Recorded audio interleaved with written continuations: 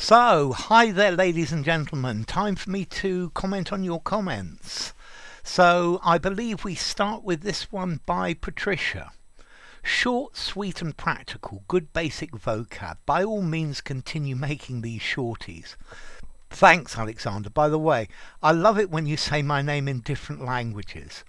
It's like having extenuating circumstance in a case of split personality or multiple personalities. It's interesting you say that because I am certain that at least my character is different in different languages. And I'm absolutely certain that languages affect the way you speak. Okay, here we've got this question from Akshirt. This is quite an interesting question, it really is. So, hello sir, please tell me if using prepositions at the end of these sentences is correct. This is my house where you're not meant to break into. A court is a place where you're not meant to perjure yourself at. But why? The place where I live is not correct. If so, if not, is there any reason?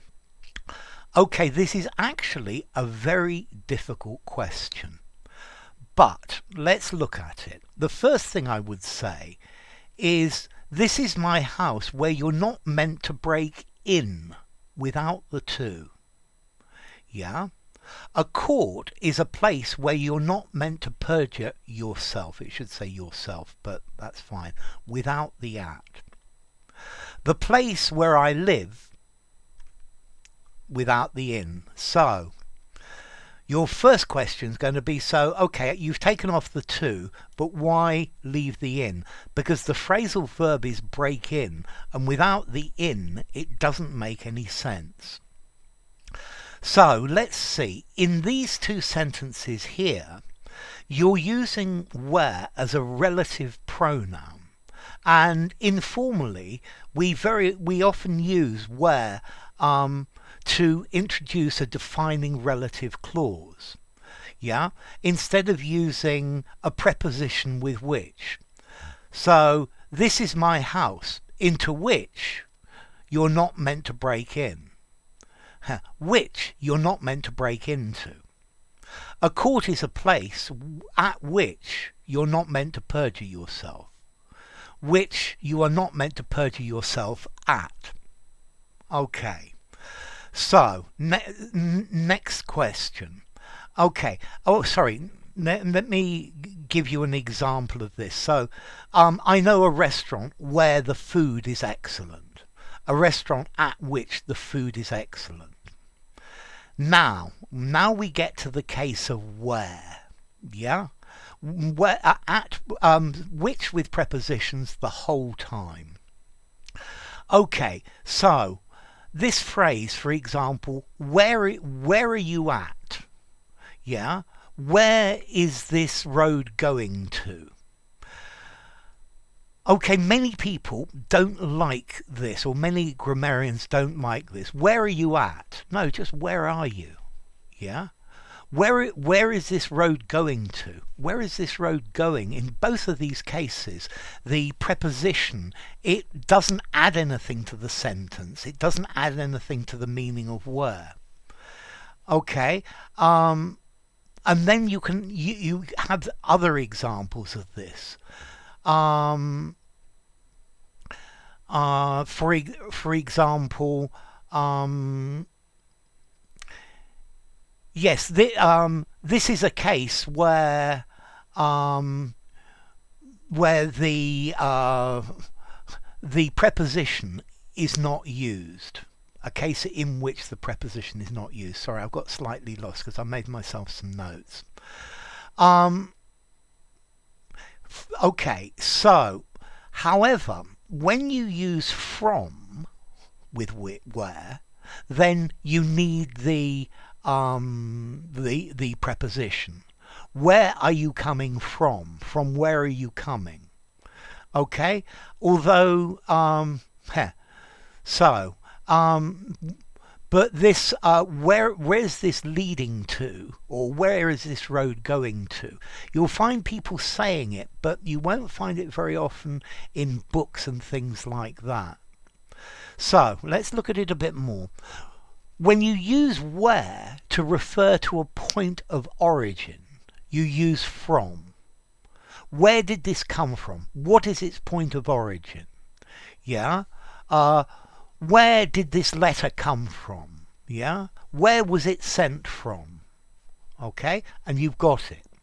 However, when where is used to refer to a destination, the to is superfluous. It's not necessary. Where is he going? Where is he going to? But again, what I said before, this to, it doesn't add. So with from, it's okay. With to, it's better not to use it. With at, again, it's better not to use it. When where is used to refer to the location of a person, or the location of something, the location of event. Yeah. This is colloquial, it's regional, it's not particularly good in English, and you can you can lose the preposition. So I don't know, where is the station at? Where is the station? Yeah, where's the station at? But where's the station? You don't need the at, and it's better not to use it. You can also use where to mean in which. Show me an example where intervention in the markets is successful. Okay, show me a place in which. Yeah, where again. But not everybody's happy about this, but it's certainly acceptable. Yeah. This often ends up into a situation where each person is angry. In which, yeah, okay. So let's see. Be careful of this. From, definitely. Where from? When it's from a location, a source. But when it's a destination, then no. When it's a location, better not use it. And when you get into this, I would prefer preposition with which. Yeah. So this is my house, which you're not meant to break into. Yeah, and that's much easier. Your final question is about using prepositions at the end of sentences, and in my opinion, yes, you can. There's some people who are very prescriptive about this, but I think that's very old-fashioned. I think it's perfectly acceptable. Okay, I hope that explanation helped. So, Akshat, hello sir, which of them sounds better? The best way to pacify her is to get her a gift. The best way to pacify her is by getting her a gift. I think they both sound absolutely fine. I would use either of them. Okay, VG, hi. You're laughing at something. I don't know what happened there, but that's good. Nice to see you. Akshat. She's always been good at writing in English, but had a hard time speaking extempore. Yes, you can use it as an adverb. She feared speaking to people in English in case she made a mistake. She started imagining different situations and acted as different characters associated with them. It's a good way to improve your English, that last one. Good English, Akshat. No problem at all. Hi there, VG. I was just watching your videos answering the AM comments. Yeah, because there's so many. So, preceding comment, roughly 9:45 p.m. So you've been trying to get through again with YouTube. So, hi Fran, great to see you. I'm a skinflint, mean, not generous. But nowadays you have no choice other than spending like there's no tomorrow, or spending like a sailor. Good English, Fran. The Phoenix. Alex. Hi, Phoenix. Anything ending in ism is always a noun. Yeah. Miserableism is an unusual noun, which is a Pet Shop Boys song that was remixed by Moby. Or Moby. I would say Moby. Yeah? Okay, yes. I think that's fine, Phoenix. Great to see you. Mohammed Amor. Omar, I'm very pleased with your nice comment on my silly language questions, and I thank you so much.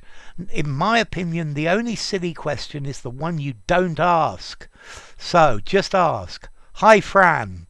And I used to be able to rattle off statistics and data in abundance, but now I have a memory like a sieve. To rattle off, to repeat rapidly. Good, Fran. Okay, and this one from Mohammed Omar. I listened to this one. It was okay. I've heard others that I liked more. This one I haven't listened to yet, but I've got it on my later list. Okay, and action. Today we're going to play a game with some balls and this disposable cup. 4 players, 2 from each team, are going to sit around the table in a way such that the opponents are going to be sitting next to each other, and the players from the same team will be sitting opposite to each other. On the centre of the table, I would put a there. There is going to be a disposable cup. Every player will have some balls of equal numbers. No. Every player will have an equal number of balls. They're going to have to bounce the ball, or the balls, into the cup. Throwing it directly into the cup will not be allowed. The balls must bounce off the, with a T, table before going, not getting into the cup. That's pretty good action. And I haven't listened to this one either yet, but it's on my later list. So, when they went to the doctor just to find an end to his disease, a cure to his disease, he told them that it's in an intrinsically congenital disease. We cannot change anything about it. I'd probably say we cannot do anything about it. Yeah, just palliative care. Okay, good, Mohammed. And Mohammed Omar, another one that's on my to-do list. Great. Okay, thanks. Birds of a feather flock together. Thank you, Ronan. I listened to this one. It's all right, but there are other songs I like a lot more. Clearly, it's a very popular song, but well, it was all right. It wasn't brilliant, but it wasn't bad. So, Moises Estarlin Taveras. So, you're a Dominicano. Hi from the Dominican Republic. Hi, Moises. And another one for me to listen to, and another one, and another one.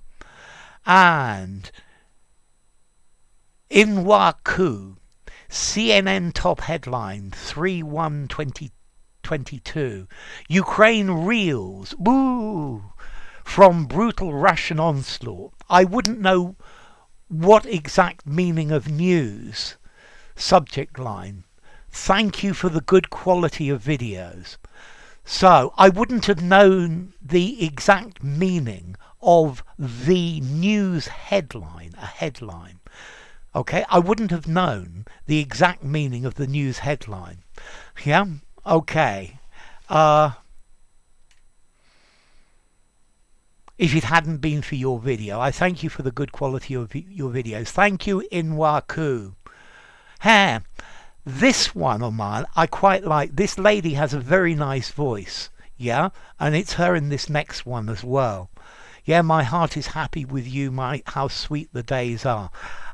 She's got this lovely, deep, mellifluous voice. This one, these two are still on my to-play list.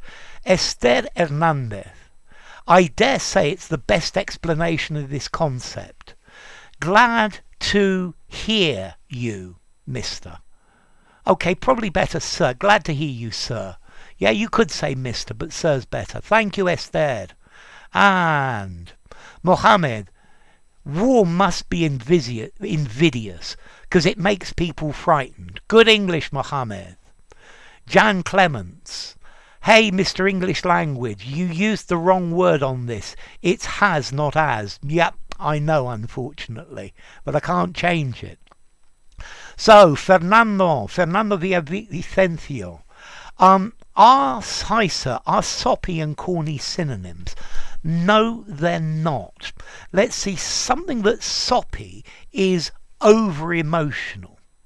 It might be corny, but not necessarily. Corny has a wider meaning. Something that's corny is something that's been used again and again and again, and it's unoriginal. Yeah? Using the same things. So, I don't know,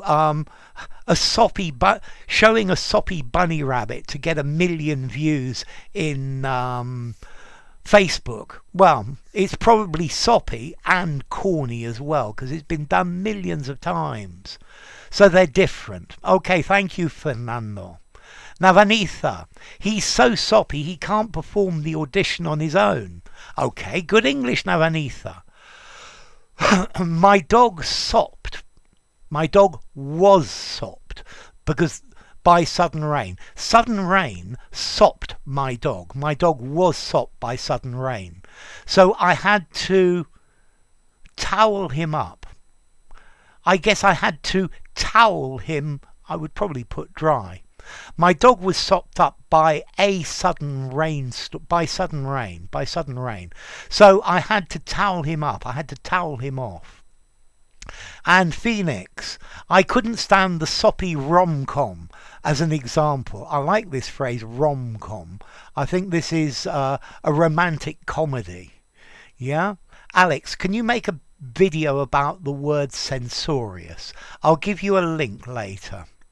And, okay, Akshirt. My first solo trip turned out to be horrific. I decided to train to a nearby city. I was so excited and in tandem nervous to be travelling all by myself. The train that I was travelling by had a lot of passengers, some of whom were having to stand, some of whom had to stand. It would be better. All the way through. Had to stand the whole journey. You could say all the way through, but the whole journey sounds more natural. When it was travelling across a bridge, this is fine. It lost its balance. So it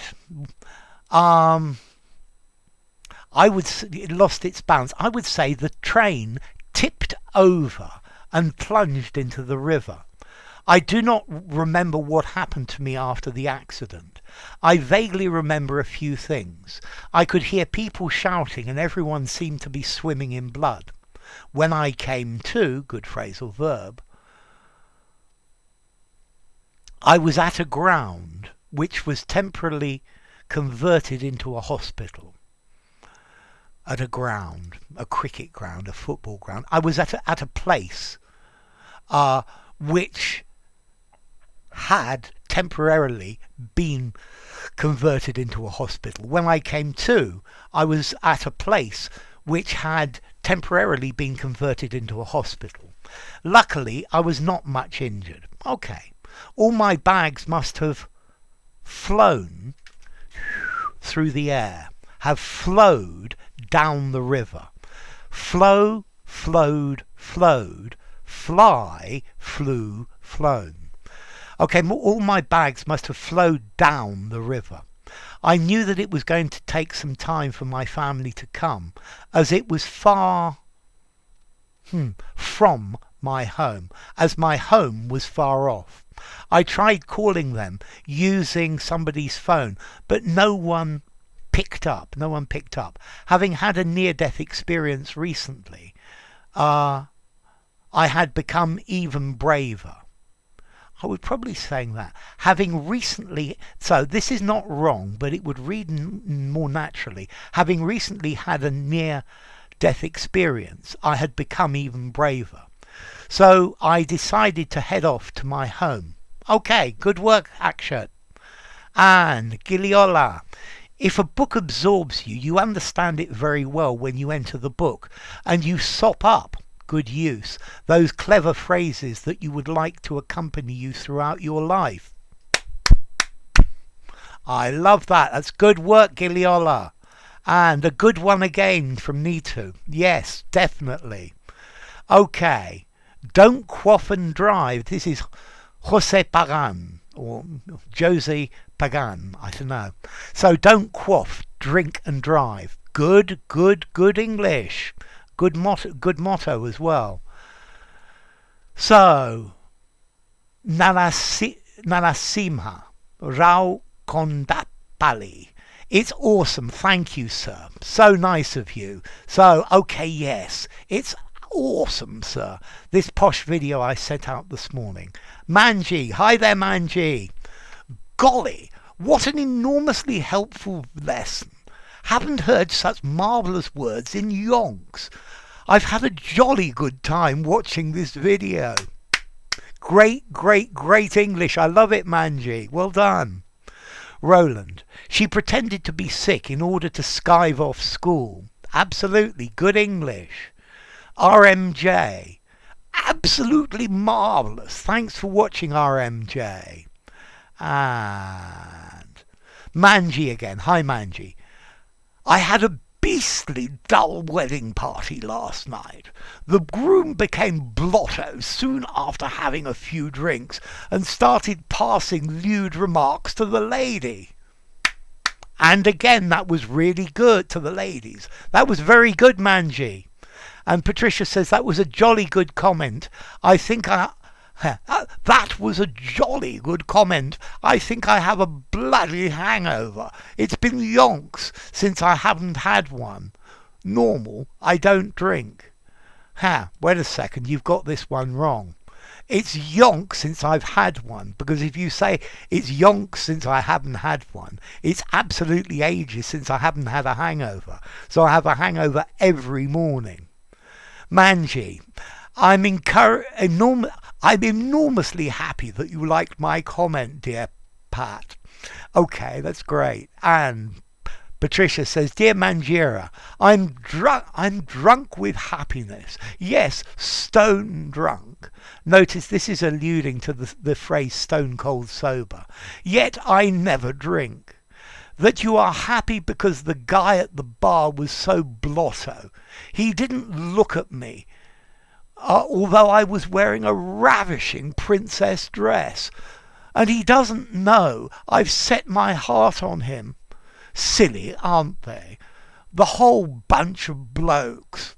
I'll tell Mummy and Daddy and Teacher and Charles Henry. Patricia Manji says, bravo, you've done a splendidly marvellous job, Pat. That's great from both of you. I love it. I haven't got any corrections either. Well, except for the meaning here, but that's not really very relevant. Hi, me too. Great to have you. I guess women are more likely to react soppily during heartbreaks because they tend to lean more towards the emotional side compared to men. Good English, Nitu. I love it. I like you using lean towards. Your soppilies well used, and heartbreaks is great. Okay, Sri Chanda. Personality is a matter of our sartorial choice. Okay, maybe I'm thinking the personality or the personality that people imagine we have is a matter of our sartorial choice. Yeah, because the way we dress indicates what people think of us when they see us. So, Patricia again. This was awesome, jolly, long yonks not had a ravishing, rip-roaring time like this. Okay, just look at this, everybody, for a second.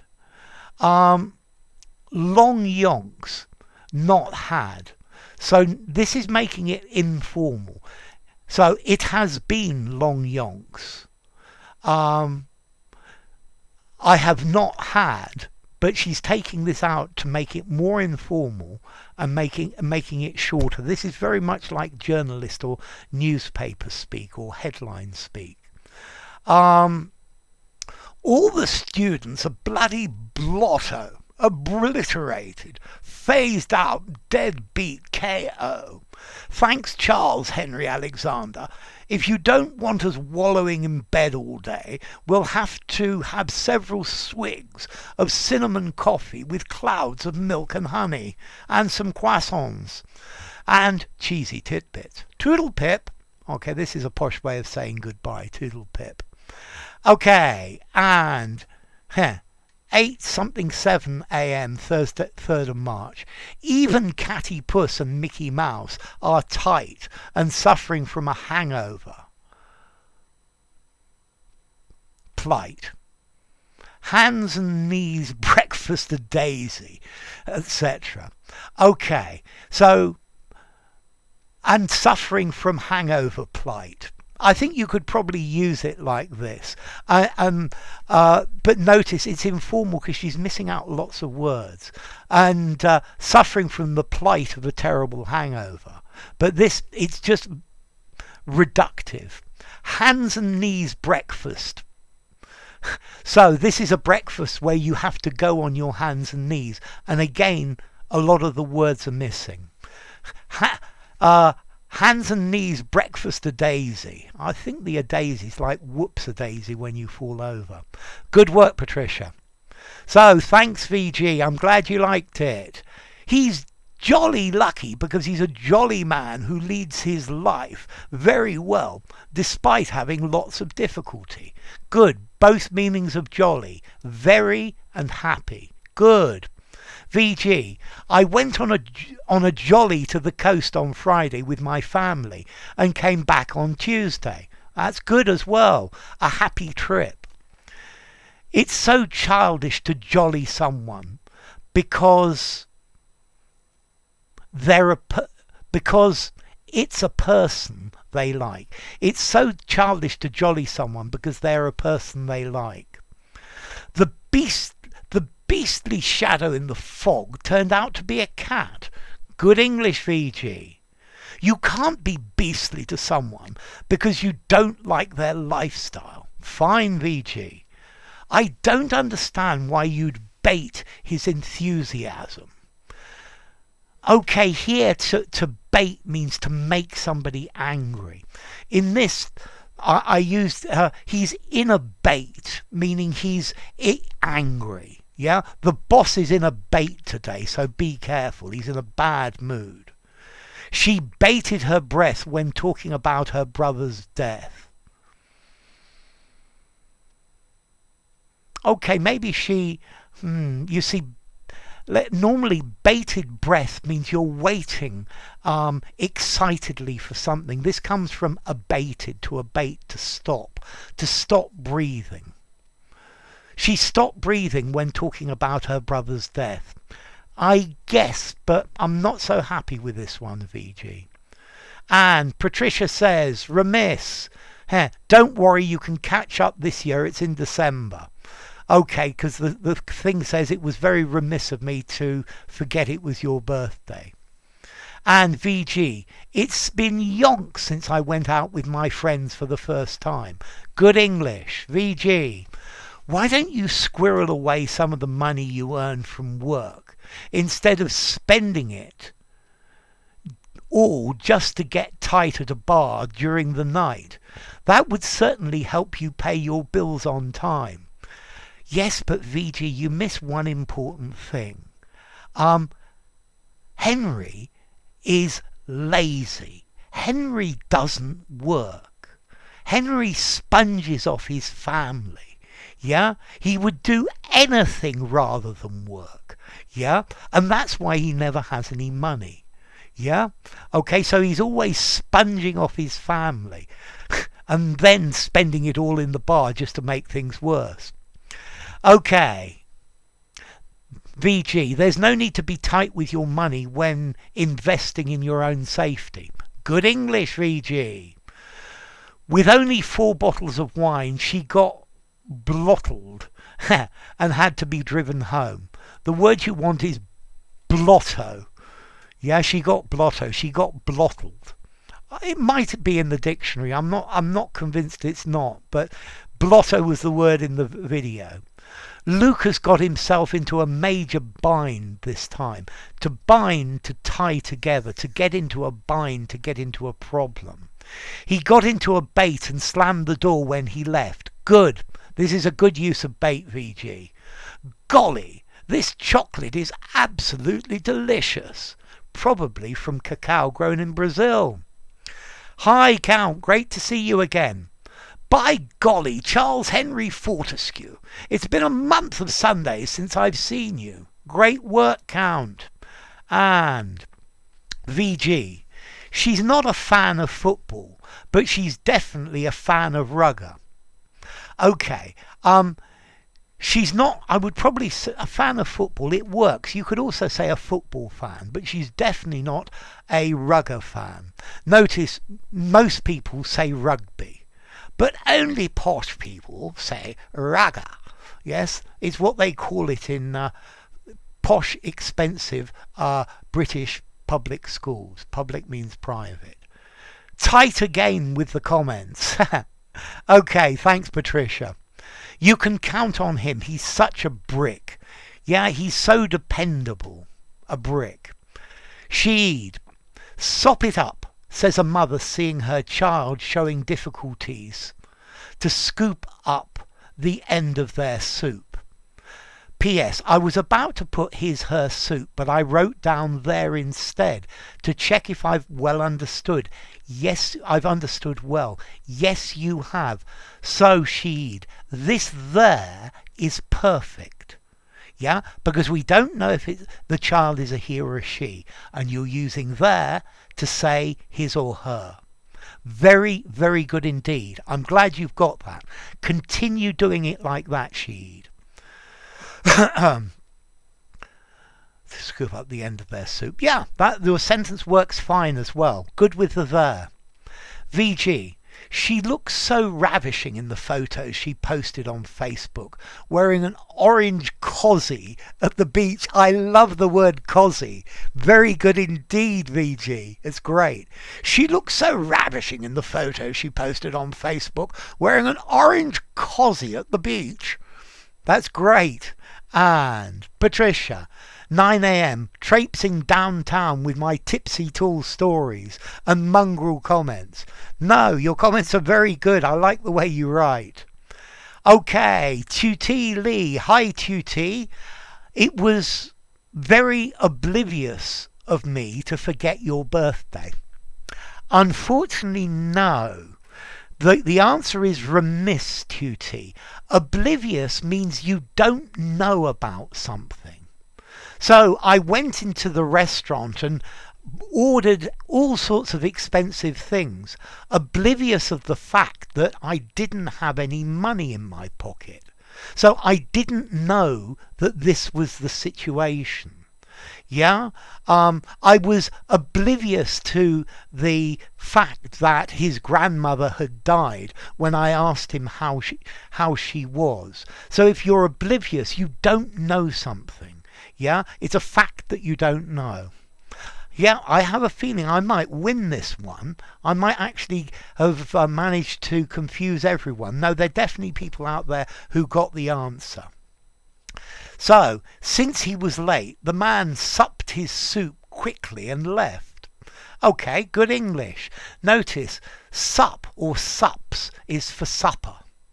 And Tim L says, brilliant. Thank you, Tim L. Twatish. Okay, this is left or right. Okay, twatish. Yeah, it was very twatish of me to forget your birthday. Twatish means stupid, idiotic, moronic. Twatish is a rude word, but it fits very nicely here. It's pure British slang. That guy's a twat. Yeah? Okay, it means a vagina, actually. But he's a twat. He's an idiot. If you want to sup something, do it politely. Good work, VG. Oh, I forgot to say hi to Jan Clemens as well. Yes, the clapping, definitely. Left or right deserves it. He's a bit... he's always Jack the lad, but, well, the world wouldn't be the same without him. VG, she invited all of us to sup with her tonight. Great, VG. Hey, buddy, sup. Very good. What's up? Sup. Okay, Patricia. It's disgusting those yokels have ravished my comments in some seedy pub. I love it. It's disgusting those yokels have ravished my comments in some seedy pub. Okay, 450. I don't without looking at it, I haven't the thing. So I would go with remiss. So would I, Sean. Well done. And Patricia.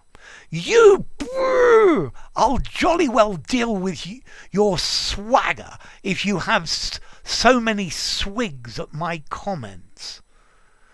Swigs. Are you sure about swigs? Normally a swig, you have a swig of your bottle or a swig of your whiskey. I think maybe I might say swings. I don't know. So many swigs. It could be, yeah, but I'm not convinced by swigs. Okay, thank you, P. 926. Oh golly, I was wearing this ravishing décolleté, lacy top, and he didn't even notice me. He was so blotto. I cannot find it in my heart to forgive him. I love this phrase, I cannot find it in my heart. Yeah? I just can't feel it. This is a great phrase. And how could he be so beastly, so blotto was he didn't cast so much as a sideways glance at the treasure trove languishing in my ravishing turquoise décolleté. Good English. That's a really nice one. I like this one. This one reads better than the previous one. That's very good. Well done, P. And P again. The seedy guy you see there is in reality a brilliant astrophysicist. An astrophysician is a doctor who uses astrology. He's a real brick. He loves to toy with poetry too. When he wants to loosen up, he gets tight. Okay, good English. So be careful of physicist and physician. Yeah? And do you say beastly am I before I have a scotch, or beastly am I after a couple of swigs? Okay, so am I horrible before I have my whiskey, or am I horrible after I have a couple of large drinks of it? That's good. I like that one. That one made me laugh. Well done, Patricia. I'm going to give you a heart for that one. Okay, Sheed. Hi, Sheed again. A posh gentleman has come across an old pail. Golly gosh. What a jolly encounter. It's been yonks. I haven't seen you. So it's been yonks since I saw you. Let's celebrate at the old rubber pub. The old rubber dub. Getting slightly tight, shall we? So, okay. A posh gentleman has come across an old pail. Oh, I think you wanted something else. An old pail, golly gosh. Or I think this goes here. Golly gosh, what a jolly encounter. That reads very nicely. It's been yonks. Since I last saw you. Let's celebrate at the old rubber dub. This is Cockney slang. He might use it, he might not. Getting slightly tight, shall we? Getting Brahms and Liszt, shall we? Okay, Patricia, 10:43. I'm in a bit of a bind. I cannot find words belittling enough to thank all of you buddies for your gracious thoughts and your delicious benevolence. That reads quite nicely. And 10:51. If he is a brick, he can build me a mansion. Now I'm being beastly or catty perhaps. I need to get tight. Great comments. I love it. Okay, Rutu. Hi, Rutu. Please keep uploading. I shall while I still have strength. Patricia. This is a jolly good one too, full of pizzazz and oomph. I love these two words. Please make more of these. Okay, I will bear it in mind. 11:01 a.m. So blotto were they. They teetered all the way home. They ended up in a cell with a couple of tight constables. Suffice it to say, they did not have a jolly good time. Twiddle pip. And Dommy says one, which is I'm certain it's the right one. It was very remiss of me. Hi, Slow Sunset. Great to see you. Hi, sir. Thank you for the kind words and advice regarding yesterday's question. I'm thinking of joining Cambly as you suggested. Do you really think the results are that effective? No, I don't think the results are that effective. What I think is, like this, you will get experience speaking to a native speaker. What I would suggest, because you can do Cambly like for 10 minutes, yeah, and you only pay for the 10 minutes. So what I would do if I were you is I'd just try a 10-minute conversation with somebody every day. And I'd probably also suggest you try different accents. Yeah, I don't see anything special or different about Cambly, except the fact that you can choose how long you're going to do it for, and that's why I'm suggesting it. Yeah, I think the thing that is effective in English is practice, practice, practice, practice, practice. Yeah. Practice learning the grammar, practice writing, practice reading. To practice speaking, I don't know if you actually have native speakers who you can speak to, but that's why I suggested this. Okay, so Manny Braha says remiss, very good indeed.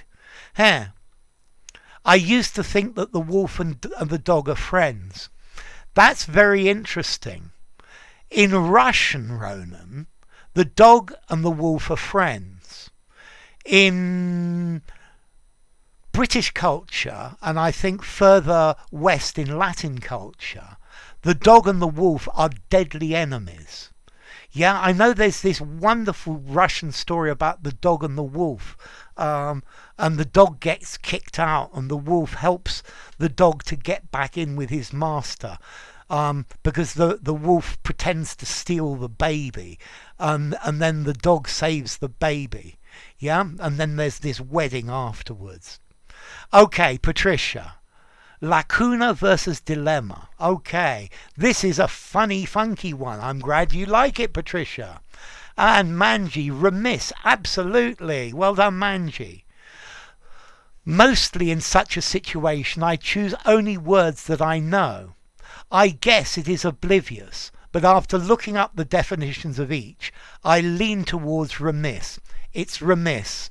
Oblivious means you don't know about something. Yeah? You're oblivious of the truth. You're oblivious of the situation. Okay, Patricia, at the end of the video, I lost my bearings and I was on the horns of a deluge of dilemmas that came cascading down the district, and lo and behold, they were creeping stealthily into my apartment. This is poppycock and balderdash. This is a poppycock and balderdash story. I ain't capable of anything else. Okay, I like the sudden change of formality with your ain't. Most of you notice ain't is not right, but she knows that, and that's the point. Okay, fine. This one's a bit strange. It bounces off different places. And Patricia, 12:21. I think I have a solution to the problem. If you go to the pub and you don't get too blotto, you could strike up a conversation with that ravishing chick. Don't tell her you're in a bit of a bind, because then you will be in a dilemma. If you navigate, tack, jibe with finesse and get to the crux of the matter, she might get you out of that dilemma. Then you could go to the flicks together and say, peruse the secrets of the lacunae. It was a pretext, wasn't it? At length, with a little bit of bad luck, you'll be back to square one again. Ha! Okay, that's fine. Well done. Well written, Patricia. Gangster. So, thank you for the heart. Wonderful to see you, gangster. And vibes. Remiss, neglectful. That's a good synonym. I like it. And it's the right answer, vibe. Well done, vibes. Well done. So, Patricia, 12:45 a.m. It's been long yonks. That's an interesting collocation. It's been long yonks since we haven't had a video. No, you've done this again. It's long yonks since we had. Yeah? It's long yonks since we haven't had. This means it happened 20 minutes ago. Yeah?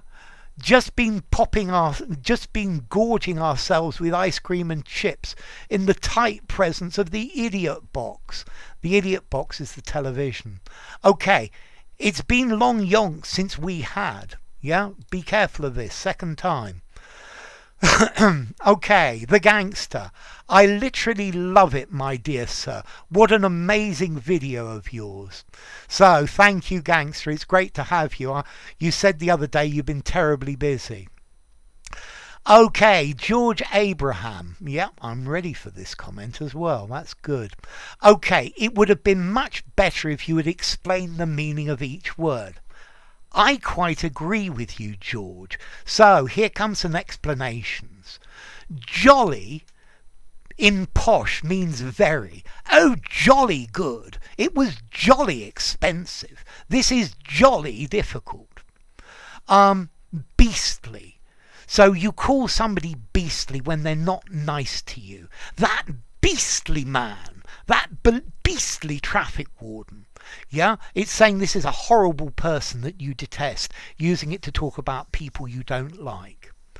Bait. To be in a bait. To be in a bad mood. Yeah, he's in a bait about the fact that he had to go to work today. Yeah, Henry's in a bait because his father said that if he didn't find a job, he was going to cut him off without a penny. Okay, tight and blotto. Tight means drunk. Blotto means very, very, very drunk. To get tight, yeah, to get drunk, to get blotto, very common, both of them. He was absolutely blotto at the party, yeah. He was absolutely tight, drunk. Okay, golly. Wow. Oh, I jumped one. Okay, golly. Wow. Gosh. This is an exclamation of surprise. Golly, is that the time? I've got to go. Okay, a bind. Well, bind means tie together. But if you're in a bind, you're in a difficult situation. Yeah? I'm in a bind because I can't pay my bills. I'm in a difficult situation. Okay, rugger is the game of rugby. But only posh public school boys say rugger. Rugger. Everybody else says rugby. If somebody's a brick, you can depend on them. They're dependable. You can always rely on them. So my friend is such a brick. He always helps me out when I'm in problems. Ravishing. Very, very beautiful. She looked absolutely ravishing in that décolleté. Yeah? She looks ravishing in that dress. What a ravishing picture. What a ravishing house you live in. And then sups is short for supper. Please invite me for sups tomorrow. So, I hope that helped, George. I think you're totally right. So, Patricia, 12:47. The judge found the cohort of constables carousing in the cell. So flabbergasted was he that we asked for a court order of blotto with bourbon. We ended up, true to form, on the rocks, washed out, droopy-eyed and tongue-tied. Yeah. for a court order. So a court order is a document given by a court to say that something must be done. But she's playing a pun here. Yeah, the order, you give the waiter your order. And then blotto, well, you can't use blotto like this to mean alcohol, but what she's saying is an order of so drunk with whiskey, yeah, yeah, and this works very nicely, yeah, whiskey with soda, yeah, gin and tonic, blotto with bourbon. I like the use of this. It's very enterprising. Okay, Hamza Ismail, you are the best. Thank you so much. Put down, pull down, abase, humble, mortify, demean, bemean, degrade, and I think there's some more as well. Snub, debase. So thank you, Hamaza. And Sir Justin Livingston. What a great name. Okay, can you give us the definition of formality? Well, I'm going to start with formal. I think if something is formal, it means that it's suitable for a serious occasion, for an official occasion. So formal language, it's the right language to use at an official meeting or a serious occasion. Yeah, so I think formality, the quality of being good to be in a serious situation, not a light one where you're enjoying yourself, but something serious. So a funeral, for example, would be a good place to use formal language. An official occasion, yeah? And then formality, something that you do because it follows the accepted way of doing things. Yeah, it's the way that the powers that be do things. Yeah, the official serious way that it's done by people, and that's the idea of formality. Yeah, so with language, the formality of a word says how appropriate is it to use in a court of law, or in a funeral, or when talking to the Houses of Parliament, or writing a letter to the Queen. Yeah, you need formal language on those occasions. And then Ossital says, thanks very much. Thank you for watching, Ossie. I'm glad you liked the Posh Words video. So let's just refresh and see what we've got, what else we've got while I've been blabbing on. And we've got several. So, Shiwani. Hi there, Shiwani. Thank you, sir. Forgo and forgo. Yes, this is quite a difficult pair. Thank you, Shiwani. And Count Beauty. Come on, guys. Don't be yellow and type your comments under the videos. Good. You reckon they're chicken. Thank you very much. I like it. Thanks, Count Beauty. And Chris in Australia. The efficiency of the economy continues to be vitiated by the state's gratuitous interventionist policies. It runs like a three-legged dog. Good use of vitiate. I love the way you do this, Chris. Well done. Good English. Thank you, Chris. And Everton. I remember that when I had the first Xbox, that one released in 2001, its drawer, you can't say his, its drawer, where we put the discs in, okay, yeah, this flap that opens up. So I remember when I had my first Xbox, I would probably say the one released in 2001, its drawer, where we put the discs in, didn't open up when I was pressing the button without the for it. Then I discovered his foil. I had to punch the surface of the console, and shortly thereafter I had to press that button, and that was the only way to make it work. So now I understand foil. No, foibles. So